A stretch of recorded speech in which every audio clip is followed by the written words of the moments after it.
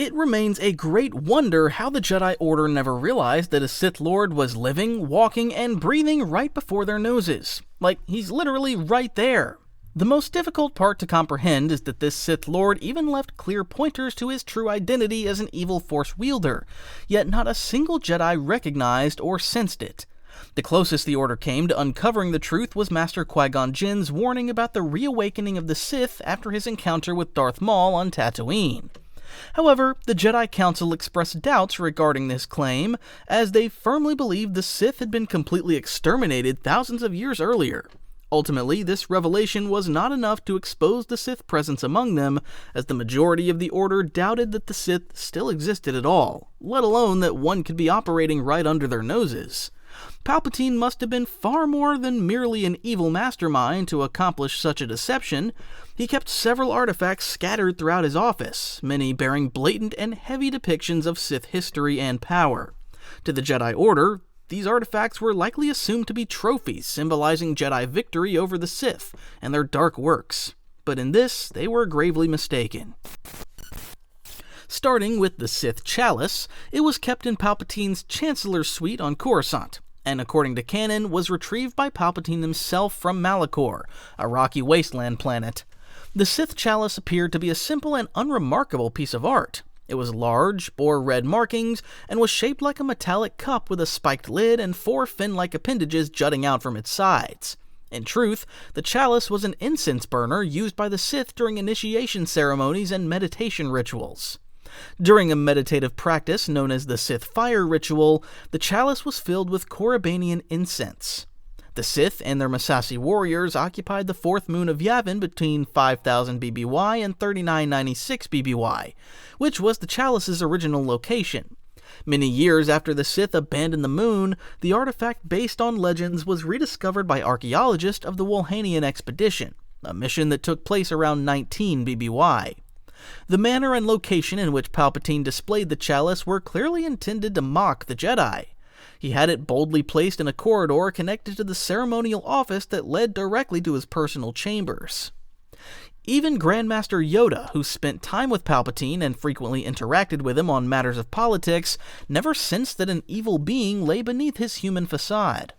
Yoda's failure to recognize Palpatine as a Sith Lord was likely influenced by the deep doubt he and other members of the Council held regarding the Sith ever resurfacing, let alone infiltrating the Republic itself. Such a notion would have seemed absurd to most Jedi. However, Master Yoda did vote against Anakin Skywalker's apprenticeship, sensing a grave danger in training him. Aware of the rule of 2, Yoda believed that there must have been another Sith Lord after Obi-Wan Kenobi's victory over Darth Maul. This was the closest he came to detecting the presence of a Sith within the Republic, still far from uncovering the truth he would later face. When Master Yoda finally discovered that Palpatine was the Sith Lord, he attempted to eliminate him in a duel that nearly succeeded. However, he soon realized that he was fighting a battle already lost, which ultimately drove him into exile.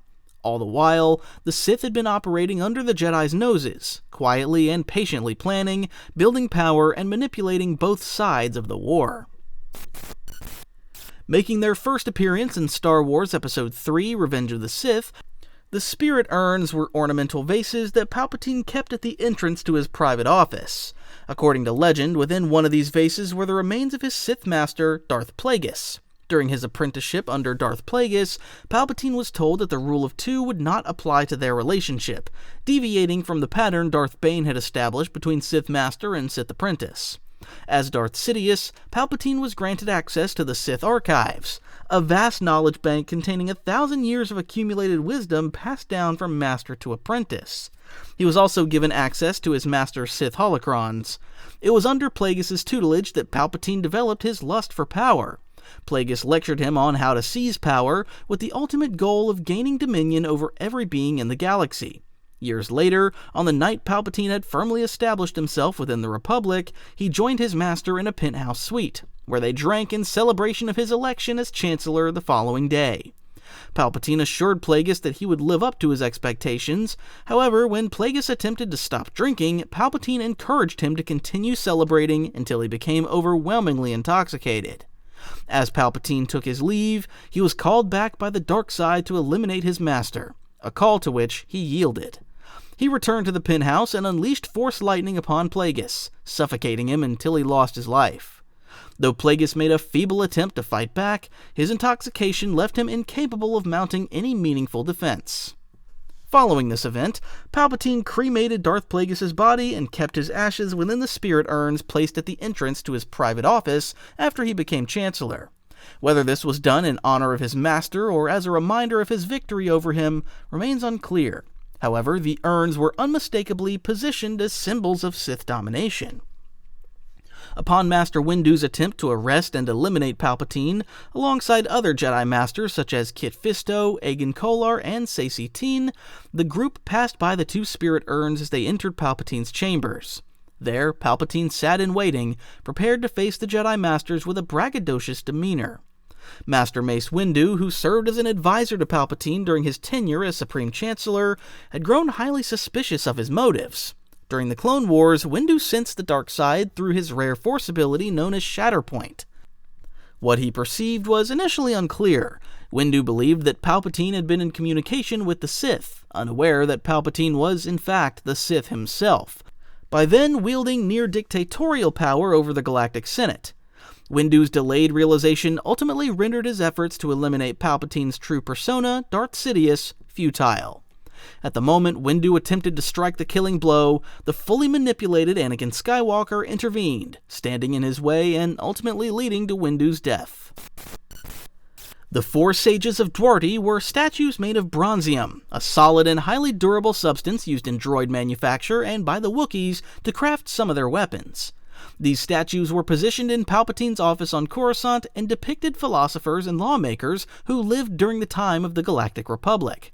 Their ideas influenced many throughout their era.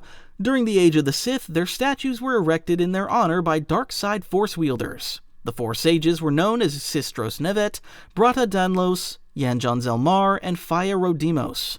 However, based on canon, there was a fifth sage of Dwarti, only there was no statue made in her honor. Her name was Cowis Runt. To newcomers to the Republic and to many others, their views and laws often sparked controversy. Despite their wisdom and deep legal insight, their laws were widely regarded as cruel and ruthless. The Dwarti system, where their homeworld was located, lay within Nuan, an allied region of the Inner Rim. All four sages were active during the early days of the Galactic Republic. Nuanese ministers were known to ascend to the highest positions of power within the Republic, which helps explain the merciless yet influential nature of the four sages' philosophies and laws. Within Chancellor Palpatine's ceremonial office stood two of the statues on either side, Sistros, clad in a long-sleeved cloak, and Brata, dressed in armor-like attire, his head resting upon the tip of a long staff. The vice chair of the Galactic Senate, Mas Amedda, who carried a staff bearing a small statuette of Sistros at its tip. Palpatine appeared to be a lover of art, a collector, one might say, but beyond this, what most effectively shrouded his true identity was the manner in which he rose to power. He was widely regarded as a hero of the people and was deeply beloved on his homeworld of Naboo, where he had previously served as senator and successfully integrated the planet more firmly into the Republic. His popularity and public image, intelligent, private, kind, and a great unifier, made it all the more difficult to suspect that he was ever a Sith. Sistros was a Nuanese philosopher and minister, the only female member of the four sages of Dwarti. Like the other sages, she held several controversial ideas, but Sistros was particularly accused of supporting the notion of pleasing the masses not out of goodwill, but for personal gain. She was seen as a cold and emotionless ruler and lawmaker. Sistros was the sage most admired by Palpatine, and he clearly followed in her footsteps, ruling emotionlessly and prioritizing his own desires over the people's. When he was Senator of Naboo, according to canon, Palpatine once told Chancellor Finis Valorum that he kept an image of Sistros for sentimental value, and encouraged the Chancellor to use it as a centerpiece during the Galactic Republic's millennial anniversary celebration. He did not recommend it to honor the sage as one of the Republic's ancient lawmakers. Rather, it was likely a gratifying form of mockery, publicly displaying an image that represented his incoming tyrannical and evil rule. In legends, Brata Danlos, during his time, was known primarily for encountering the study of the dark side. The other two sages, Faya Rodamus and Yanjan Zelmar, were also placed on either side of Palpatine's office door. Both were natives of Dwardi and had significantly influenced the politics of the modern Galactic Republic, as well as its earliest laws. In canon, a book released after the Hosnian Cataclysm, the destruction of the Hosnian system's 5 planets in 34 ABY, titled A History of Persuasive Art in the Galaxy, provides information about the 4 sages of Dwardi. It particularly describes the posture of the Yanjan Mar statue as reaching inside one of his sleeves, as though grasping a concealed weapon. This description bears a close similarity to the way Palpatine produced his lightsaber when Mace Windu and the other Jedi Masters marched into his office to arrest him. It is possible that Palpatine drew this gesture from Yanjan Mar, whom he regarded as a figure of admiration as well. The statues of Faya and Yanjan were visible when Palpatine revealed himself as a Sith to Anakin at the entrance of his office. At that time, Anakin saw Palpatine as a confidant and mentor, making him the wrong Jedi to spy on the Chancellor. Palpatine's words never felt like a confrontation. Everything he said sounded as though he were offering a one-time opportunity meant solely for Anakin. Their conversation began casually, gradually introducing the dark side as something unfairly condemned and misunderstood by the Jedi, with the promise of protecting Anakin's one true love from death. According to legend sources, Palpatine had a second statue of Sistros, depicting her differently, which stood at the doorway to his private antechamber. Beneath its exterior, it was lined with neuranium, one of the heaviest metallic substances in the galaxy used to protect against radiation. The statue also contained a cylindrical cavity that was undetectable, in which Palpatine hid one of his lightsabers. After his chilling conversation with Anakin outside his office, Palpatine made no move to stop him from revealing his identity to the Jedi Council. It was as if he already had the ball in his court, an additional advantage in fulfilling his sinister plans. He clearly understood that Anakin's fear would do the rest of the work, and it did. Impulsive, emotion-driven, and reckless, Anakin rarely followed orders. Despite Mace Windu instructing him to stay back due to his unstable emotions, Anakin made his way to Palpatine's office during the confrontation, a choice that delivered him to the Sith and ushered in the Galactic Empire, completing the Sith's ultimate endgame. Created around 4000 BBY and providing a pictorial representation of the battles between the Sith and the Jedi during the Great Sith Wars, this carved stone relief belonged to Palpatine and was positioned on the wall of his office complex in his inner chamber. It depicted an ancient battlefield, showing not only Jedi and Sith, but also wild, strange, and fearsome war beasts that no longer exist. According to legends, before this work of art found its way into Palpatine's private chamber, it had once been part of the decor of a Sith Emperor's own chambers within the Imperial Citadel on Dromund Kaas, where the surviving Sith took refuge following the Great Hyperspace War. It was later discovered and removed from a massive stone temple built by the Massassi on Yavin 4 around 5000 BBY. The Massassi were terrifying warriors, a subspecies of the Sith species, and served as a slave race. They were loyal only to their Sith Masters and native to the planet Korriban. The species served under the Dark Lord of the Sith and Sith alchemist Naga Sadow. Upon fleeing to the jungle moon of Yavin 4 with his Massassi followers during the Great Hyperspace War, Naga Sadow used Sith alchemy to transform them into savages infused with dark side energy. In his honor, the Massassi built temples. Years later, when the Massassi were enslaved under the rule of Exar Kun, a Jedi Knight turned Dark Lord of the Sith, they were compelled to construct a massive complex of temples, one of which eventually became the source of the carved stone relief. The Great Sith War carved stone relief was never intended to honor the Jedi Order, as some visitors to Palpatine's office assumed, nor was it a representation of ancient Jedi victories over the Sith. Rather, it served as a tribute to the power of the Sith and a statement of Palpatine's belief in the supremacy and enduring reign of the Sith. Clearly, from a young age, Palpatine had mastered the art of manipulation. All that was known about him on Naboo was that he came from the affluent Palpatine family and was the last of that line. Beyond his artifacts, Palpatine even chose crimson for the interior decoration of his office, a color commonly associated with the Sith. Yet the elusive and cunning Palpatine tied the color to his family, claiming it was the color used in their family seal. He likely meant his vicious Sith family. The first mistake of the Jedi was believing that the Sith Lord they sensed was somewhere distant in the galaxy, probably in hiding. In truth, he was never far away. The Jedi may also have been heavily distracted after being appointed the official peacekeepers of the Republic. Their focus on fulfilling their mandate to protect the Republic at all costs seemed to have blinded them. Palpatine, their evil mastermind, took advantage of this, keeping them preoccupied with the Clone Wars. This transformed the Jedi from the peacekeepers they were meant to be into warriors alone. Key Jedi Masters walked in and out of the Chancellor's office without questioning him or noticing his strange artifacts early enough. The reason for this likely lies in two factors.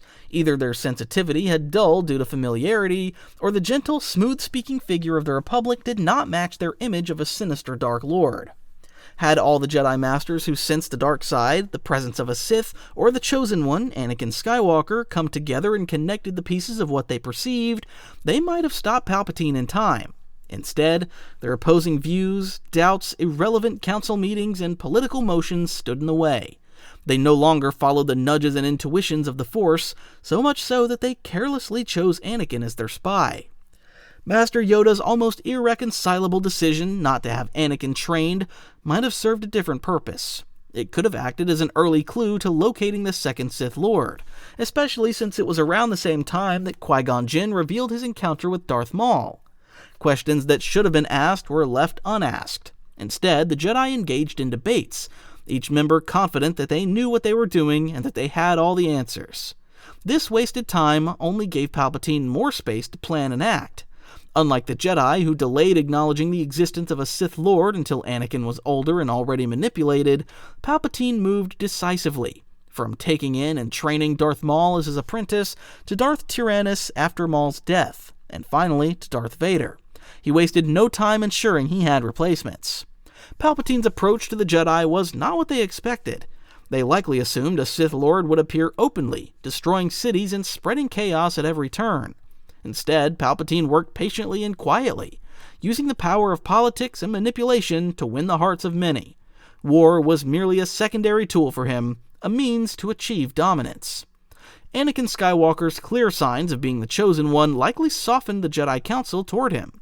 They never fully questioned his choices or punished his recklessness. To them, he was the Chosen One, and they assumed he did not need to be closely monitored, a critical mistake. Had Anakin adhered strictly to the Jedi rules against attachment, he might have fulfilled his role as the Chosen One without succumbing to Palpatine's influence. Anakin's love for Padme was genuine and beautiful, but if he had sacrificed it for the greater good, events might have unfolded differently. Had he obeyed the Jedi completely, he might have struck down Palpatine immediately when the Sith Lord revealed himself in his office. Instead, Anakin did not perceive the Chancellor as an enemy. He saw him as a confidant, someone who understood him and could be trusted. From another perspective, it was precisely Anakin's attachment to Padme that drove him closer to Palpatine. If he had not sought the Chancellor's help regarding his visions, the Jedi might never have learned of Palpatine's identity as a Sith Lord, even years later. Anakin Skywalker's rise, fall, and eventual redemption all played a crucial role in the ultimate defeat of Palpatine. Other artifacts owned by Palpatine included the Great Crystal of Antoni, a massive Sith holocron, a Sith holocron repository, and numerous Sith weapons. Palpatine acquired these artifacts during the Clone Wars, but he kept them hidden within the Grand Republic medical facility on Coruscant. They were not publicly displayed at the entrance or inside his office. Having these artifacts in or around his office would have given him away immediately, and the problem of the Sith would likely have been resolved with a few lightsabers piercing his sides all at once.